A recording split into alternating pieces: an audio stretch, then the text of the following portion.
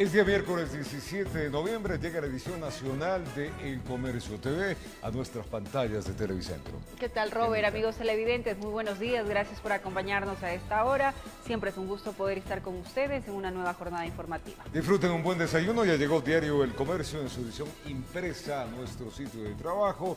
Hay títulos importantes en este día. El Comercio titula Silencio en Chile y locura en Ecuador. Histórico el triunfo 2-0 en nuestra selección.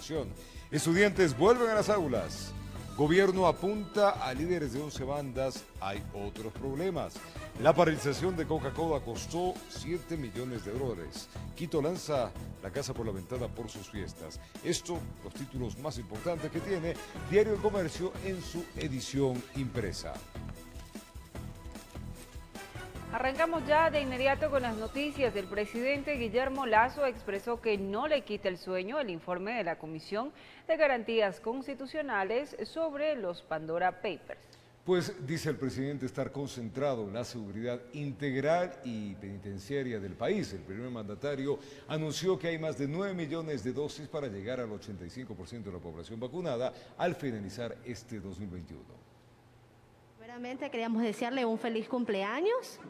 En su día, el presidente acudió a una jornada de vacunación infantil. Acompañó a las niñas que llegaban con más temores que ganas. Aunque él, a estas alturas, se cura de todo espanto. Ayer la presidenta de la Asamblea no le dijo cuándo va a convocar al Pleno para el informe de Pandora Papers, porque allí hay un informe de mayoría y minoría, presidente. No me lo ha dicho. No es un asunto que por ahora me quita el sueño ni me preocupa. La preocupación mía está en la seguridad de los ecuatorianos, especialmente en aquellos privados de libertad que se encuentran en los centros penitenciarios. Destacó además que el 61% de la población nacional ya está vacunada y que antes del 31 de diciembre ese porcentaje subirá a 85%.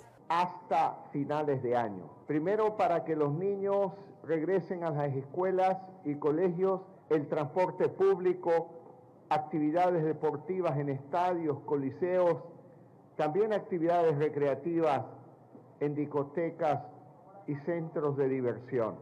Tenemos un stock de vacunas entre lo que ya existe en Ecuador, más lo que llegará hasta diciembre, de cerca de 9 millones de vacunas. Superada esta etapa, todos los esfuerzos siguen enfocándose en la otra crisis que lo ocupa. Junto con las Fuerzas Armadas, la Policía Nacional, los servicios de inteligencia y el apoyo internacional de Estados Unidos, de Israel, de Colombia, de España, de Reino Unido y también de organismos multilaterales como la Unión Europea. Y es un clamor que no solo mueve a familiares de los privados de la libertad, informó Jorge Escobar. Se cumplió con el primer debate en la Asamblea Nacional sobre la Ley de Desarrollo Económico enviado por el Ejecutivo para la recaudación de tributos. El tema central de la discusión fue el impuesto a la renta. La Asamblea Nacional cumplió con el primer debate del proyecto de ley de desarrollo económico enviado por el Ejecutivo con carácter económico urgente. El principal debate se centró en el impuesto a la renta a personas naturales. Legisladores de parte del gobierno aseguran que se está haciendo un esfuerzo al establecer como base a las personas que ganan a partir de $2.500 y no de quienes ganan $2.000 como en un inicio se lo estableció. Más de 80.000 contribuyentes han quedado por fuera del planteamiento de esta reforma para así afectar a la menor cantidad posible. Pero hay quienes insisten en que la normativa sigue afectando a la clase media. Jamás, señores asambleístas, $1 estará en mejores manos que en el bolsillo de un ciudadano, no de la cuenta corriente de un Estado. No es un momento para subir impuestos. Yesenia Guamaní, de Izquierda Democrática, hizo la siguiente propuesta. Recomendamos entonces cambiar la tabla para que paguen las personas que ganan más de $3.000. El gobierno pretende recaudar con esta ley cerca de 1.900 millones de dólares ante la crisis económica que vive el país. De que una buena ley y un buen sistema le permite siempre a un Estado pedir a los que más tienen para cumplir con los que menos tienen. Las observaciones presentadas serán nuevamente debatidas en la Comisión de Desarrollo Económico para la elaboración del informe final. La Asamblea Nacional tiene hasta el 27 de este mes para tomar una resolución, informó Valeria Navarro. Organizaciones feministas y de derechos humanos demandan celeridad a la Asamblea Nacional para el análisis del proyecto de ley que garantiza el derecho a la interrupción voluntaria del embarazo en casos de violación. En abril de este año, la Corte Constitucional despenalizó el aborto por violación en el país. A partir de esta sentencia, la organización feminista Surcuna acompañó a 22 niñas y adolescentes entre 11 y 14 años en el proceso de interrupción del embarazo. La mayoría accedió al procedimiento en el sistema de salud pública. Efectivamente, el sistema de salud es capaz de proveer esta práctica en pocos días. De acuerdo al promedio de días que tardó el acceso a un aborto legal por violación para estas mujeres y niñas que hemos acompañado, la mayoría de ellas tardaron más de 6 días. Las 22 víctimas de violación que accedieron a un aborto legal tenían de 18 a 23 semanas de gestación. Según la vocera de Surcuna, en los hospitales públicos fueron atendidas con el único requisito de una solicitud para el procedimiento. Lo mejor es que no se solicite una denuncia en el sistema de salud, sino que baste con la solicitud de la mujer para acceder. Es el sistema de salud quien tiene la obligación de notificación, cosa que ya hace actualmente. Lo que demandan las organizaciones feministas y de derechos humanos es celeridad por parte de la Asamblea Nacional para que se debate el proyecto de ley que regula y garantiza el aborto voluntario en casos de violación. Consideran que es necesaria para que se establezca formalmente este derecho. Es una ley que efectivamente busca reparar los derechos humanos de todas las sobrevivientes de violencia y de violación. Por otro lado, grupos pro vida rechazan esta ley e indican que se mantendrán vigilantes. Apoyan a otra normativa presentada por un grupo de legisladores que defienden la protección de la vida desde la concepción. La Corte Constitucional nunca abrió ni habló del derecho al aborto. No existe el derecho al aborto, existe solamente el derecho a vivir. Entonces, ¿qué es lo que dice este proyecto? Habla de que el derecho a la vida es desde la concepción. El legislativo tiene hasta el 28 de diciembre de este año para aprobar la ley de aborto por violación, informó Priscila Cadena.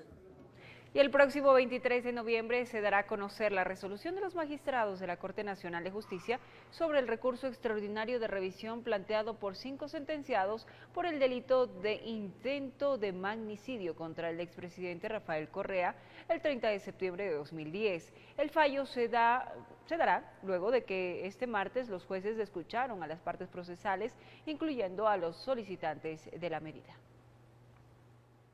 Que los jueces escuchen a viva voz, que tanto el fiscal Bonifaz como otros delegados del presidente Correa les habían ofrecido el indulto para que puedan aceptar que eran culpables, que habían cometido el delito y que por tanto serían beneficiarios de una serie de prebendas con dinero y recursos, $150.000, para que puedan admitir la culpa. Hecho que no lo hicieron, se quedaron en la cárcel, argumentaron que no habían cometido el delito, que eran inocentes y por tanto todos estos relatos que el día de hoy hemos escuchado también constan en los expedientes. La Federación de Cámaras de Industrias del Ecuador exhorta al gobierno nacional para que se logren habilitar las licencias de importación, ya que la falta de maíz amarillo podría afectar la elaboración de alimentos balanceados y proteínas utilizadas en la crianza de pollos, pavos y cerdos. La falta de su principal materia prima, es decir, maíz amarillo, es lo que les mantiene asustados. Falta de puertos, congestionamiento de puertos, fletes, una serie de problemas más que lo hacen que las importaciones se demoren. Se demoran la logística hasta 2 meses de traer un producto. No es que se sale afuera y se trae un barco. El no traer el maíz va a acarrear de que muchas miles de empresas quiebren. Son quienes se dedican a la elaboración de alimentos balanceados y producción de proteína animal, para carne de pollo, pavo, cerdo y huevos de mesa, que se han quedado con las manos vacías al suspenderse las licencias de importación. El problema se suscita porque el Ecuador es un país deficitario en la producción de maíz. Por lo tanto, se requieren obtener licencias de importación. Se están haciendo presiones desde la Asamblea Nacional por parte de grupos de comercializadores, plantear y decirle al gobierno nacional es que se mantengan las licencias de importación de maíz y otros granos. Les preocupa que en nuestro país el quintal de maíz duro en el 2020 estaba en $14.84, en Argentina $10.16, Estados Unidos $9.67 y en Colombia $8.61. Y para este año a nivel nacional se fijó en $14.60. Es verdad, se ha aumentado la producción de maíz, pero no llega a cubrir la totalidad de la demanda. Y por lo tanto, el último maíz que queda, como es en este momento, lo acaparan un grupo de comerciantes y quieren hacer su agosto en el mes de noviembre y diciembre. Al momento, ese maíz que está en manos de especuladores se está vendiendo a $20, alrededor de $20, es decir, $5 más del precio de sustentación. Por el momento descartan que la falta del producto pueda generar desabastecimiento de pollos, pavos y cerdos para las festividades de Navidad y fin de año, pero se advierten que las secuelas se podrían ver el primer trimestre del 2022, informó Héctor Romero. El aeropuerto Mariscal Sucre se convierte en el primero de Latinoamérica que automatiza el área de carga de importaciones, con lo que garantiza los productos utilizados en el encadenamiento productivo que llegue en buenas condiciones. Enhorabuena, veamos. La tecnología se apodera del aeropuerto Mariscal Sucre de la capital, en especial de la zona de distribución, convirtiéndolo en el primer terminal aéreo de Latinoamérica que automatiza su proceso de recepción de carga de importaciones. Es una concesión de Corporación Keyport y nosotros, Tabacarcén, somos una empresa privada, 100% capital ecuatoriano. Es tecnología española cuyo proceso es de transporte pallet automatizado, lo que da mayor seguridad a la carga. Este proceso cambia el enfoque de más o menos 25 personas que trabajaban moviendo carga y ahora van a servicio al cliente porque ahora las máquinas hacen el trabajo operativo y las personas del trabajo intelectual. Se trata de carga aérea crítica, utilizada en el encadenamiento productivo nacional. Tecnología, llega farmacéutico, vacunas, por ejemplo, el banco de órganos, animales vivos, carga petrolera, minera. Esto también permite que exista menos manos humanas y obviamente minimice los errores que se cometían anteriormente para el registro de la información en los sistemas de la aduana, que son quienes controlan las importaciones. A lo largo del tiempo, la empresa ha invertido en el Mariscal Sucre alrededor de $35 millones. En esta fase, unos 3 millones y en una segunda prevista para el 2022, 2 millones más, informó Héctor Romero. Amigos televidentes, les recordamos que hoy rige la medida pico y placa para los vehículos y motos cuyas placas terminan en 5 y 6. Recuerde que no puede circular desde las 5 hasta las 10 de la mañana y en la tarde desde las 16 horas hasta las 21 horas. Y al retornar continúa el reconocimiento de cadáveres tras la masacre ocurrida en la penitenciaría. Esto y más en un instante, no se vayan.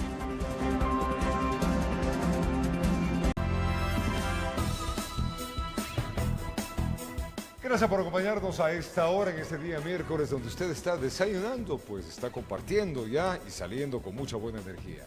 Así es, nosotros seguimos con las noticias y continúa el reconocimiento de cadáveres tras la masacre ocurrida en la penitenciaría del Litoral. Y al menos 34 cuerpos han sido identificados y entregados a sus familiares, entre ellos el de Abraham Muñoz, sentenciado por delincuencia organizada por la venta de este medicamento Antentra durante la pandemia.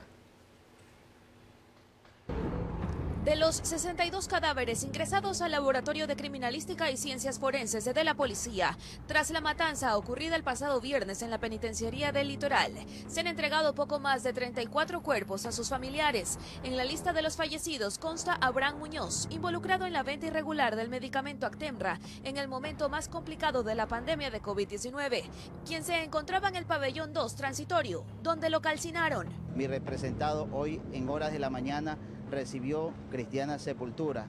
Asimismo, Víctor Chele, también sentenciado por delincuencia organizada debido a las irregularidades en el hospital Guasmo Sur, fue asesinado. Otra persona que consta en la lista es el líder social y defensor del agua, Víctor Guayas, quien fue detenido el 7 de octubre del 2019, acusado de participar en las protestas en contra del gobierno del expresidente Moreno. Cumplía una orden de prisión preventiva en medio de su proceso por presunto sabotaje. La petición de aclaración y ampliación que se pidió por parte de la defensa de don Víctor Guayas tuvo respuesta recién en el mes de julio del año 2021. La Corte Provincial de Justicia del Guayas, la Sala Penal, en el mes de septiembre, conoce el proceso y nos convoca a una audiencia ya de fundamentación del recurso de apelación para el mes de enero del año 2022. Es decir, la sentencia emitida en contra de don Víctor Guayas todavía no se encontraba firme. Asimismo, Helen Maldonado, una mujer trans que llevaba cerca de 12 meses en el pabellón que fue atacado, tuvo un desenlace fatal. Lo que nos molesta realmente es que llevaba 12 meses sin ningún tipo de sentencia. Sabemos que había sido detenida por el tema de sustancias sujetas a fiscalización. En medio del dolor, la familia de John Campuzano confirmó su asesinato a través de las redes sociales. El ex contador de Ecuagran permanecía en ese centro carcelario desde el 31 de agosto del año en curso por el supuesto delito de falsedad de información en el sistema bursátil en el marco del caso Ispol. Se conoce que otro PPL asesinado que responde al nombre de Tomás Alvarado Lazo estaba detenido por pensión alimenticia. En los exteriores del laboratorio de criminalística la angustia se siente. Estamos ya 3-4 días aquí a la espera. Mi esposo es el que sale en el listado de la penitenciaría como fallecido. Pero venimos para acá y no nos dan razón, no nos dan el cuerpo, nos tienen así que hay que esperar, que ellos tienen más de 50 cadáveres de la matanza anterior. Según detallan los técnicos de la policía, algunos cuerpos, por estar desmembrados e incinerados, tardan en ser identificados, pero que están trabajando en eso, señalan. Informó Adriana Peralta. Y las armas que utilizaron los reos en la última masacre de la penitenciaría del Litoral continúan en sus manos. Así lo mencionó el director encargado del SNAI, Fausto Cobo, durante su visita a este centro de reclusión, donde llegó con maquinaria pesada para trabajos de remoción de escombros. 24 horas después de haber regresado nuevamente al cargo, llegó con maquinaria pesada a la penitenciaría del Litoral, con chaleco antibalas, para coordinar acciones dentro del más peligroso centro carcelario del país, donde desde este miércoles se realizarán trabajos en áreas determinadas para una mejor vigilancia. Vamos a limpiar todo el área que está entre el río y el perímetro externo de la penitenciaría para poder masivamente mejorar los sistemas de vigilancia y seguridad.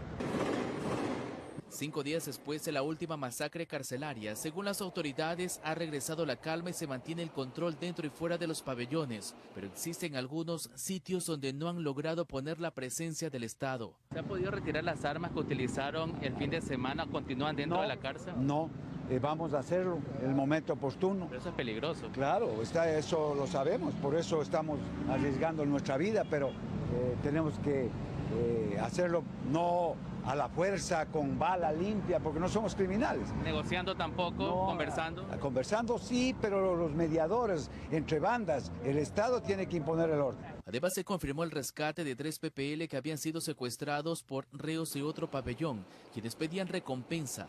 Aquí no explicó las condiciones en que se dio la recuperación, pero... Este momento han sido trasladados a otro centro penitenciario. En los próximos días se trasladarán a 100 personas privadas de libertad de alta peligrosidad a la planta baja de la cárcel conocida como La Roca, que según Cobo ya se encuentra operativa, mientras que el corredor de la muerte, que era utilizado por los presos para pasar armados a diferentes pabellones, ya ha sido tomado por militares y policías. Y habrá que tomar medidas de infraestructura ahí. Informó Charlie Pisa. Fuerzas militares y policiales se toman las cárceles de Guayaquil en forma progresiva, así lo dio a conocer Fausto Cobo, director de inteligencia y actual encargado del SNAI. Este martes la situación en los exteriores del Centro de Privación de Libertad número 1 fue diferente. Ya no se observó la masiva presencia de familiares en busca de obtener información sobre los PPL. Fueron pocas personas que viajaron desde lejos tratando de hacer llegar vituallas y otros en busca de hacer efectivas las boletas de libertad. No están ingresando, simplemente información para ir a hacer los trámites, para ver si los saco hoy día A mi hermano y a mi papá lo sacó, no se sabe mañana, pero hoy día... Sí, mío, sí está bien.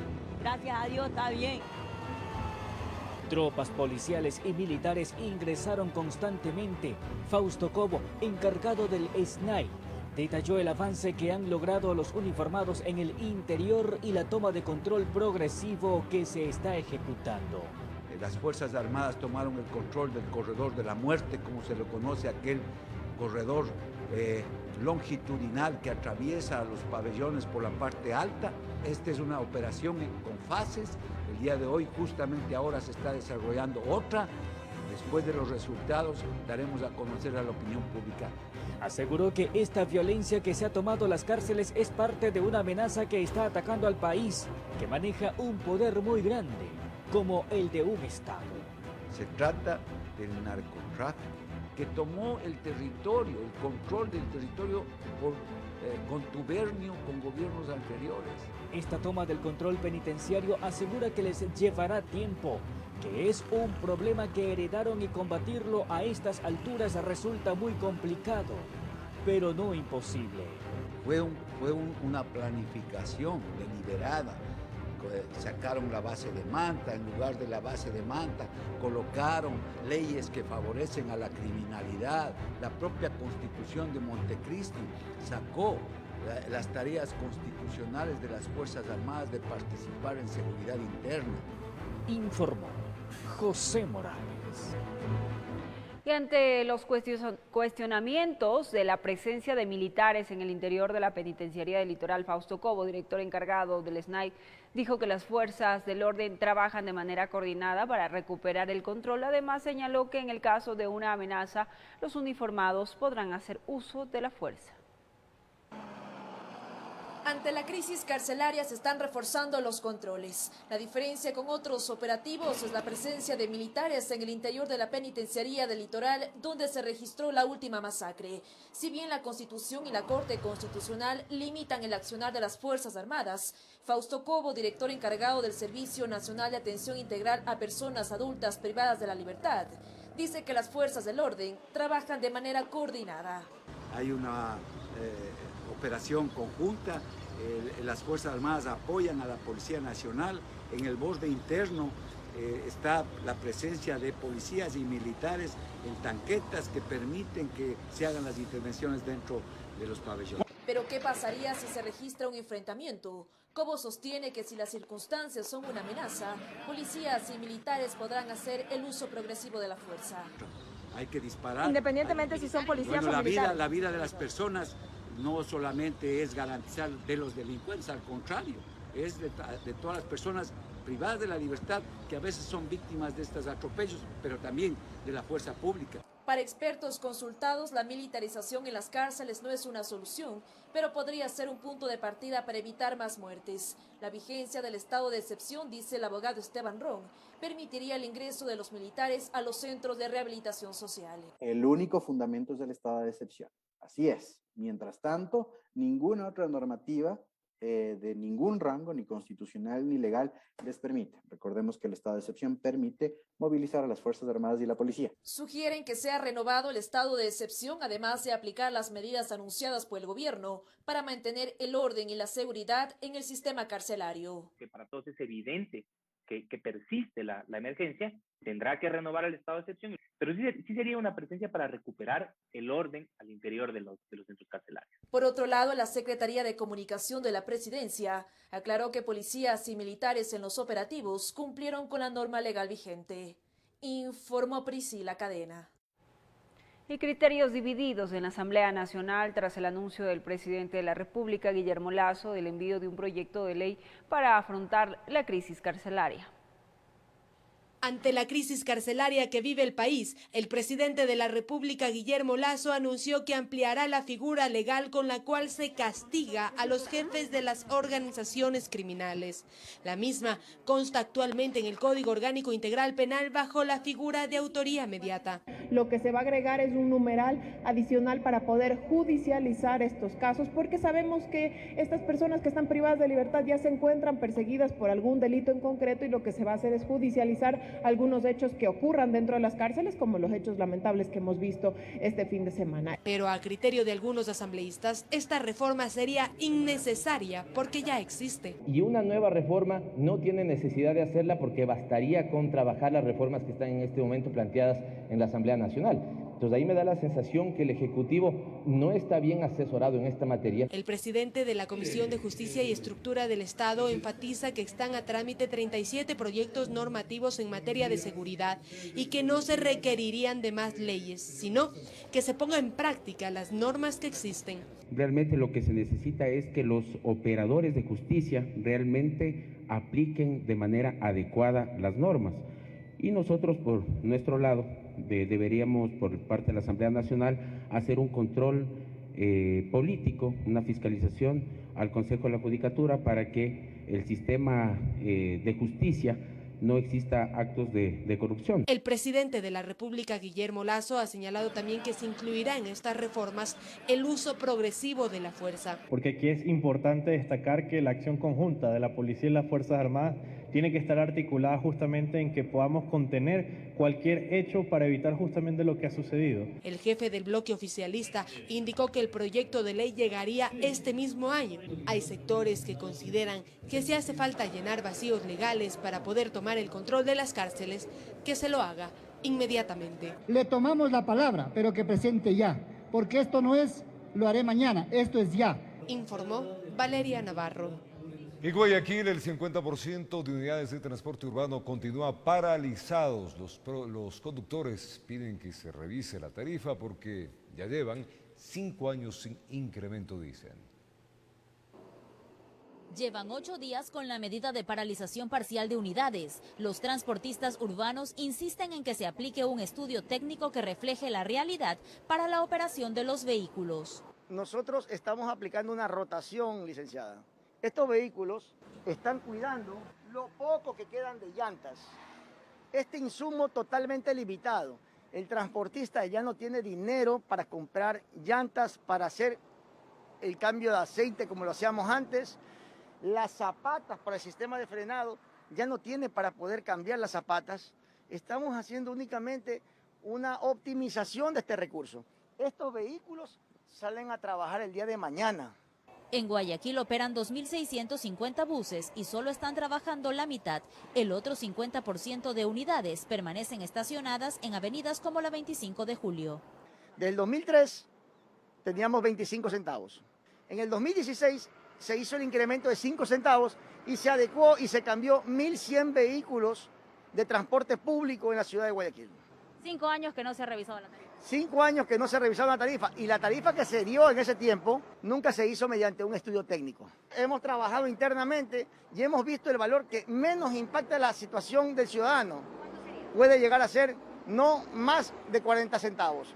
Mientras tanto, los usuarios reportan demoras o buses llenos en horas pico, así como mayor tiempo de espera para tomar alguna unidad de transporte. Sí se ve escasez. Más o menos yo esperé unos 10 minutos para poder coger el colectivo para venir para acá. ¿Y anteriormente? Pasaban muy rápido, o sea, cualquier línea te podía llevar. Se esperaba 5 minutos uno atrás de otro día, pero ahorita cada media hora es que pase un carro. Y pedimos disculpas a toda la ciudadanía, pero estamos implementando metodologías para poder seguir funcionando como transporte público. Salgan unos 5 o 10 minutos antes de sus hogares, porque el vehículo no va a pasar con un intervalo de 5 minutos como antes estábamos acostumbrados a hacer, sino a 10 o 15 minutos. Pero el servicio de transporte público está garantizado. Informó Roselena Vázquez. Recordemos que la ciudad de Quito tiene restricción vehicular con el sistema pico y placa. 5 y 6 automotores y motos no deberán circular los horarios conocidos 5 a 10 de la mañana, de 16 a 21 horas. Evite sesiones y cumpla con las disposiciones. Y más adelante, amigos televidentes, 2 hermosas aves de Pichincha concursan para ser el símbolo emblemático de la provincia. Al regresar, los detalles de esta y otras noticias.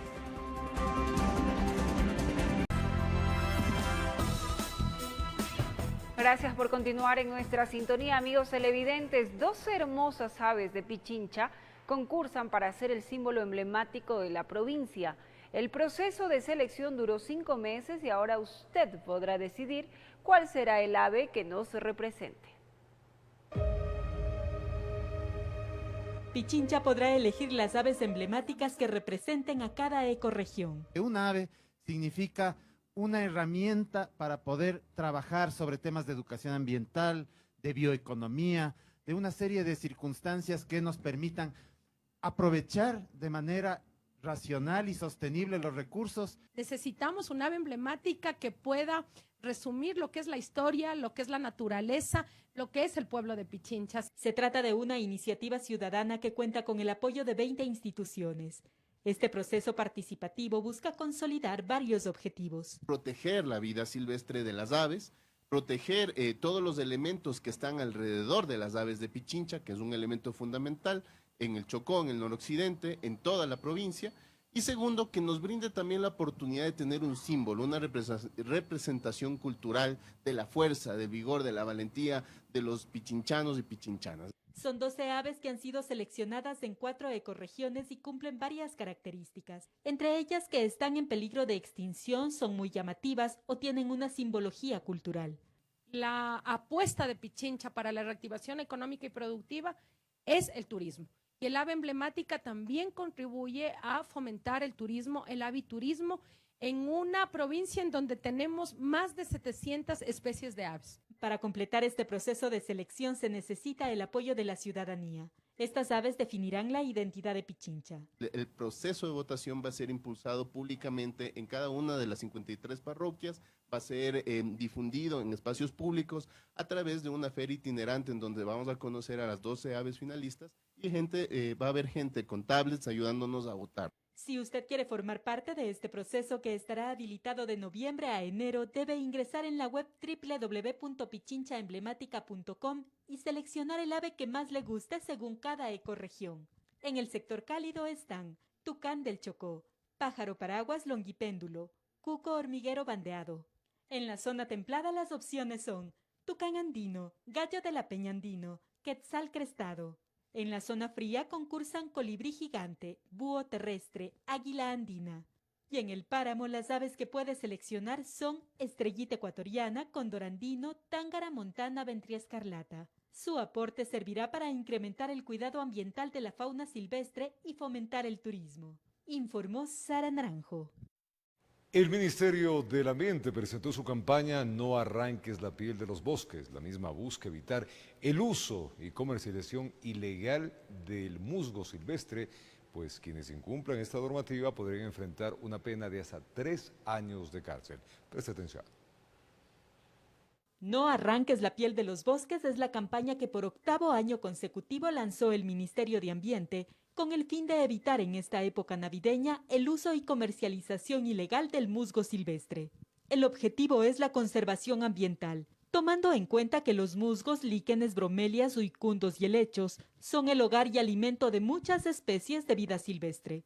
Decimos voy a ir al bosque porque es Navidad y seguramente voy a encontrar, va a haber un mercado ahí.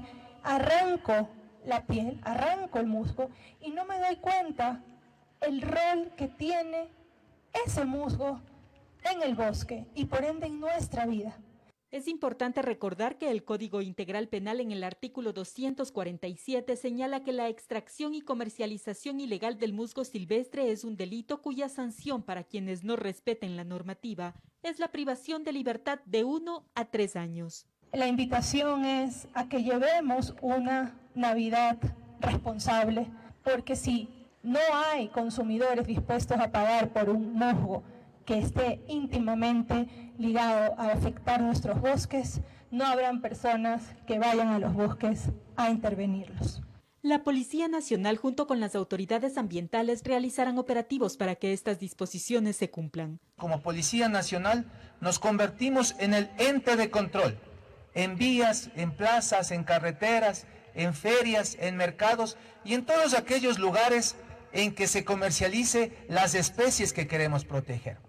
En época navideña los adornos y pesebres son hermosos y se los puede realizar sin afectar a la naturaleza. Está demostrado que la conservación tiene un impacto directo en la paz.